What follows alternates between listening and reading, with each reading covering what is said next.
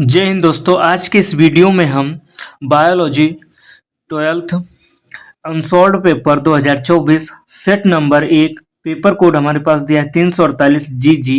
इसका part number 1 solve करने जा रहे हैं। इसमें हम बहुविकल्पी से लगाकर यानी बहुविकल्पी से प्रश्न नंबर चौथे का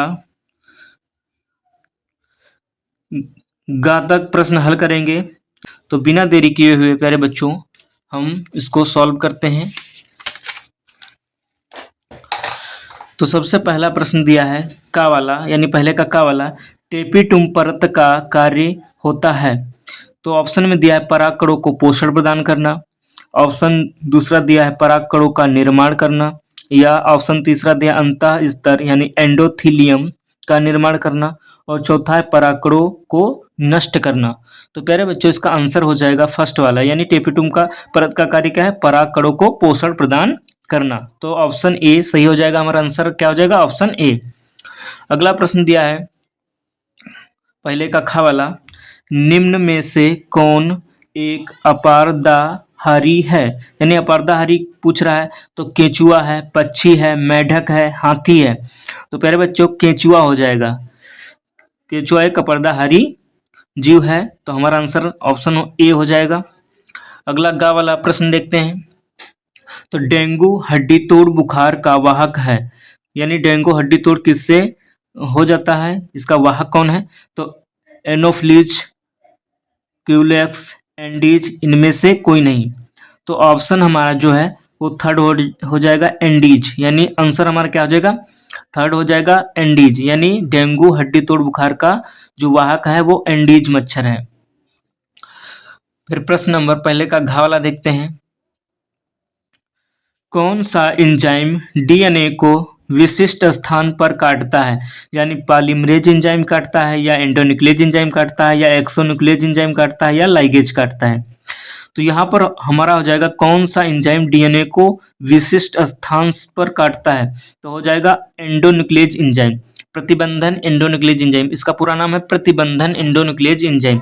यानी हमारा जो आंसर हो जाएगा वो सेकंड वाला हो जाएगा, एंडोन्यूक्लियेज एंजाइम। अगला प्रश्न देखते हैं। अगला प्रश्न है दूसरे का वाला, शुक्राणुओं को पोषण प्रदान करने वाली कोशिकाओं के नाम लिखिए। जो शुक्राणुओं को पोषण प्रदान करती हैं उन कोशिकाओं को हम सर्टोली कोशिकाएं कहते हैं। तो हमारा आंसर जो हो जाएगा वो हो जाएगा सर्टोली कोशिकाएं। दूसरे का खा वाला प्रश्न देखते हैं। तो दूसरे का खा वाला प्रश्न दिया है MTP और ZIFT का पूरा नाम लिखिए। तो MTP का पूरा नाम होता है मेडिकल टर्मिनेशन ऑफ प्रेगनेंसी। यानी हमारा आंसर हो जाएगा MTP का मतलब है M से मेडिकल, T से टर्मिनेशन, ऑफ, P से है प्रेगनेंसी, यानी medical termination of pregnancy. ZIFT का पूरा नाम है जाइगोट इंट्रा फ्लूपियन ट्रांसफर, यानी Z से जाइगोट और I से इंट्रा, F से फ्लूपियन और T से ट्रांसफर। तो पूरा हो जाएगा जाइगोट इंट्रा फ्लूपियन ट्रांसफर। अगला प्रश्न देखते हैं दूसरे का गा वाला। तो आनुवांशिकता की इकाई क्या है? पूछ रहा है कि आनुवांशिकता की इकाई क्या है। तो हमारा आंसर हो जाएगा जीन, यानी आनुवांशिकता का इकाई जीन को कहते हैं। अगला प्रश्न देखते हैं। दूसरे का घा वाला प्रश्न दिया है आनुवांशिक कूट में कितने प्रकूट या कोडान त्रिक होते हैं? तो आनुवांशिक कूट में 64 कोडान होते हैं या कूट होते हैं। तो हमारा राइट आंसर हो जाएगा 64 कूट या कोडान होते हैं। अगला प्रश्न दिया है दूसरे का वाला कि वाहित मल क्या है? तो वाहित मल क्या होता है इसका आंसर देखते हैं। व्यर्थ जल जिसमें मानव मलमूत्र, कूड़ा करकट, जीवाणु, गोबर, सड़ी गली पत्तियां सम्मिलित होती हैं वाहित मल कहलाता है। यानी हमारे आसपास जो गड्ढों में गंदा पानी भर जाता है उसमें कूड़ा करकट, मलमूत्र, जीवाणु, गोबर, सड़ी गली पत्तियां उसमें पड़ी होती हैं, उसी को हम वाहित मल कहते हैं। फिर एक बार देख लेते हैं इसका आंसर। व्यर्थ जल जिसमें मानव मलमूत्र, कूड़ा करकट, जीवाणु, गोबर, सड़ी गली पत्तियां सम्मिलित होती हैं वाहित मल कहलाता है। अगला प्रश्न देखते हैं तीसरे का का वाला जो प्रश्न दिया है कि प्रश्न नंबर तीसरे का वाला दिया है, अफीम क्या है, यह किस पौधे से प्राप्त होता है। तो जो अफीम है वह पेपावर सोमनीफेरम, यानी इसका आंसर जो हो जाएगा, तो आंसर देखते हैं। तो आंसर हो जाएगा अफीम पेपेवर सोमनीफेरम नाम के या नामक, यहाँ पर नामक के पौधे के दूध यानी लेटेक्स को सुखाकर बनाया गया पदार्थ है। इसका सेवन करने से मादकता यानी नशीलापन आता है और तेज नींद आती है। यानी जो अफीम है वह पेपेवर सोमनीफेरम नामक पौधे से, जो पौधा होता है पेपेवर सोमनीफेरम, उसके जो दूध होता है लेटेक्स, उससे बनाई जाती है, उसको सुखाकर बनाया जाता है। अगला प्रश्न तीसरे का वाला दिया है हमारे पास कि क्लाइनफेल्टर एवं टर्नर सिंड्रोम में गुणसूत्रों की संख्या कितनी होती है। तो इसका आंसर हो जाएगा क्लाइनफेल्टर सिंड्रोम में गुणसूत्रों की संख्या 47 होती है। यानी हमारे मानव में गुणसूत्रों की संख्या, क्रोमोसोम की संख्या 46 होती है, लेकिन एक इसमें बढ़ जाता है। तो 44 प्लस XXY यानी जो गुणसूत्र हो जाते हैं वो 46 की जगह 47 हो जाते हैं। यहाँ पर XY होना चाहिए था, लेकिन यहाँ पर X एक्स्ट्रा एक गुणसूत्र है, यहाँ पर 46 की जगह 47 हो जाते हैं। तो हम कह सकते हैं कि क्लाइनफेल्टर सिंड्रोम में 47 गुणसूत्र होते हैं, जिनका 44 प्लस XXY गुणसूत्र होते हैं। और टर्नर सिंड्रोम में 45 गुणसूत्र होते हैं, यानी 44 प्लस X गुणसूत्र होते हैं, यानी इसमें एक गुणसूत्र की कमी हो जाती है। अगला प्रश्न दिया है तीसरे का वाला, मानव में प्रतिरक्षा इम्यूनिटी कितने प्रकार की होती है, उनके नाम लिखिए। तो इसका आंसर हो जाएगा मानव में प्रतिरक्षा 2 प्रकार की होती है। एक होती है सहज प्रतिरक्षा, एक होती है उपार्जित प्रतिरक्षा। अगला प्रश्न दिया है तीसरे का वाला, प्रतिजैविक क्या है, किन्हीं 2 सूक्ष्म जीवों के नाम लिखिए जिनका प्रयोग जैविकों के उत्पादन में किया जाता है। तो प्यारे बच्चों इसका देखते हैं प्रतिजैविक किसे कहते हैं। तो इसका आंसर हो जाएगा कि प्रतिजैविक यानी एंटीबायोटिक्स वे दवाइयाँ या रासायनिक पदार्थ होते हैं जो बैक्टीरिया या जीवाणुओं को मारते हैं या उनकी वृद्धि को रोकते हैं, जिससे जीवाणु जनित संक्रमणों का इलाज किया जाता है। ये सूक्ष्म जीवों द्वारा ही बनाए जाते हैं। जैसे सूक्ष्म जीवों के नाम पूछ रहा था, तो पहला सूक्ष्म जीव हो जाएगा पेनिसिलियम नोटेटम, दूसरा हो जाएगा म्यूकर रेमिनियस।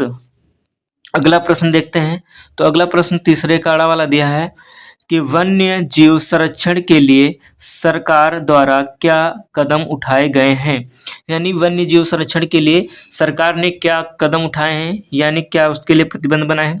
तो इसका आंसर देखेंगे तो आंसर हो जाएगा वन्य जीवों के संरक्षण के लिए सरकार ने कई कदम उठाए हैं, जिसमें से पहला कदम है वन्य जीव संरक्षण अधिनियम 1972 के तहत लुप्त प्राय प्रजातियों के शिकार पर रोक लगाई गई है और इस अधिनियम के तहत अनुसूचित पशुओं का व्यापार भी प्रतिबंधित है।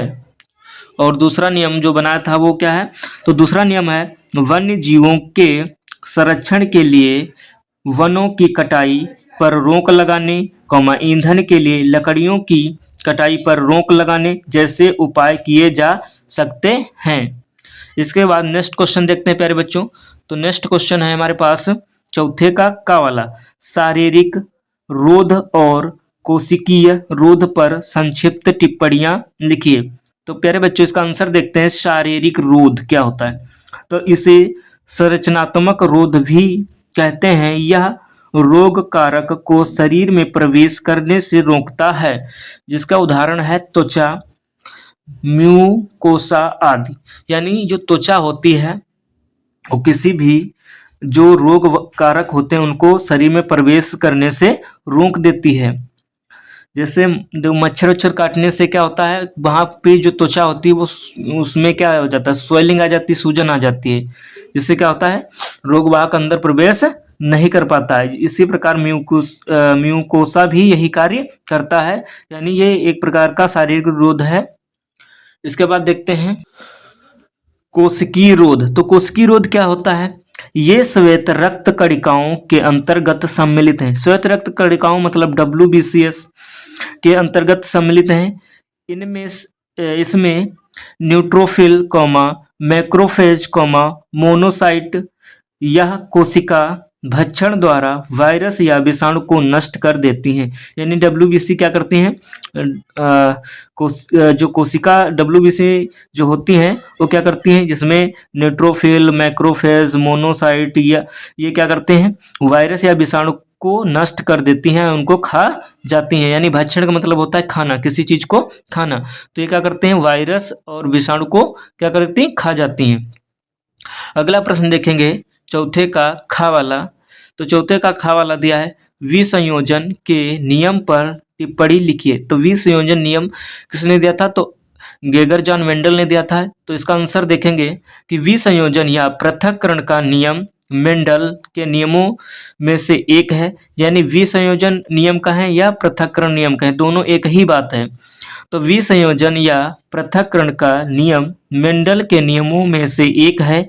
यह नियम इस बात की जानकारी देता है कि जब कोई जीव युग्मक बनाता है तो हर युग्मक को एक जीन ही मिलता है। यह जीन यादृच्छिक यानी बिना सोचे समझे रूप से चुना जाता है। अब इस नियम के अनुसार देखते हैं, यानी इस नियम की जानकारी या इस नियम के अनुसार देखते हैं। तो युग्मक बनने के समय ये कारक एक दूसरे से अलग हो जाते हैं। यानी जब गैमेट बनते हैं तो ये कारक क्या होते हैं? एक दूसरे से अलग हो जाते हैं। दूसरा है इस तरह हर युग्मक में किसी लक्षण के लिए सिर्फ एक कारक होता है। यानी हर लक्षण के लिए केवल एक ही कारक होता है। और तीसरा पॉइंट हमने लिया है कि इस वजह से हर युग्मक अपने आप में शुद्ध होता है, इसलिए इसे युग्मकों की शुद्धता का नियम भी कहते हैं। अगला प्रश्न देखेंगे प्यारे बच्चों, हमारे पास दिया है चौथे का गा वाला। तो कैंसर क्या है? इसके बचाव व उपचार का उल्लेख कीजिए। तो देखते हैं कैंसर। तो इसका आंसर हो जाएगा कैंसर असामान्य कोशिकाओं की अनियंत्रित वृद्धि है जो शरीर में कहीं भी शुरू हो सकती है और संभवतः अन्य क्षेत्रों में भी फैल सकती है। अब कैंसर यानी रुधिर कैंसर के उपचार, इससे उपचार क्या है? तो रुधिर कैंसर को ध्यान रखना, रुधिर कैंसर को ल्यूकीमिया भी कहा जाता है। तो रुधिर कैंसर रोग में कीमोथेरेपी से अस्थिमज्जा यानी बोन मैरो नष्ट हो जाती है, जिसे स्टेम कोशिका प्रत्यारोपण द्वारा सही किया जाता है। यानी जब किसी के अंदर क्या होता है? रुधिर कैंसर यानी ब्लड कैंसर हो जाता है तो उसकी जो कीमोथेरेपी से जो अस्थिमज्जा होती है, बोन मैरो होती है, उसको क्या कर दिया जाता है? नष्ट कर दिया जाता है। क्योंकि ब्लड का निर्माण बोन मैरो में ही होता है, अस्थिमज्जा में होता है। अस्थिमज्जा क्या होता है? जो हड्डियां होती हैं, हड्डियों के अंदर जो छेद होता है, जो हड्डियों के अंदर छेद होता है, यानी हड्डियां खोखली होती है, उसके अंदर छेद होता है और उसके अंदर जाली के नुमा मांस भरा होता है, उसी को अस्थिमज्जा कहते हैं। उसी के अंदर ब्लड का निर्माण होता है, तो उसी के अंदर ब्लड का निर्माण होता है। धीरे धीरे उसको क्या किया जाता है? कीमोथेरेपी द्वारा अस्थिमज्जा को यानी बोन मैरो को नष्ट कर दिया जाता है और बाहर से स्टेम कोशिकाएं उस अस्थिमज्जा में या हड्डियों के अंदर प्रत्यारोपित कर दी जाती हैं, जिससे धीरे धीरे क्या हो जाता है? ब्लड कैंसर सही हो जाता है। इसके बाद आगे देखेंगे तो इसके बचाव क्या है, उपचार क्या है? तंबाकू का सेवन बंद करना चाहिए और दूसरा उपचार है कि सूर्य से स्वयं को बचाना चाहिए। यानी जब ब्लड कैंसर हो या कैंसर हो तो सूर्य से स्वयं को बचना चाहिए या बचाना चाहिए। और तीसरा है छाया में रहना, जिससे क्या है? त्वचा को ढकना, छाया में रहना चाहिए और त्वचा को ढकना चाहिए। तो प्यारे बच्चों, ये इस वीडियो को यहीं पर समाप्त करते हैं। वीडियो अच्छा लगे तो लाइक करना, चैनल को सब्सक्राइब करना।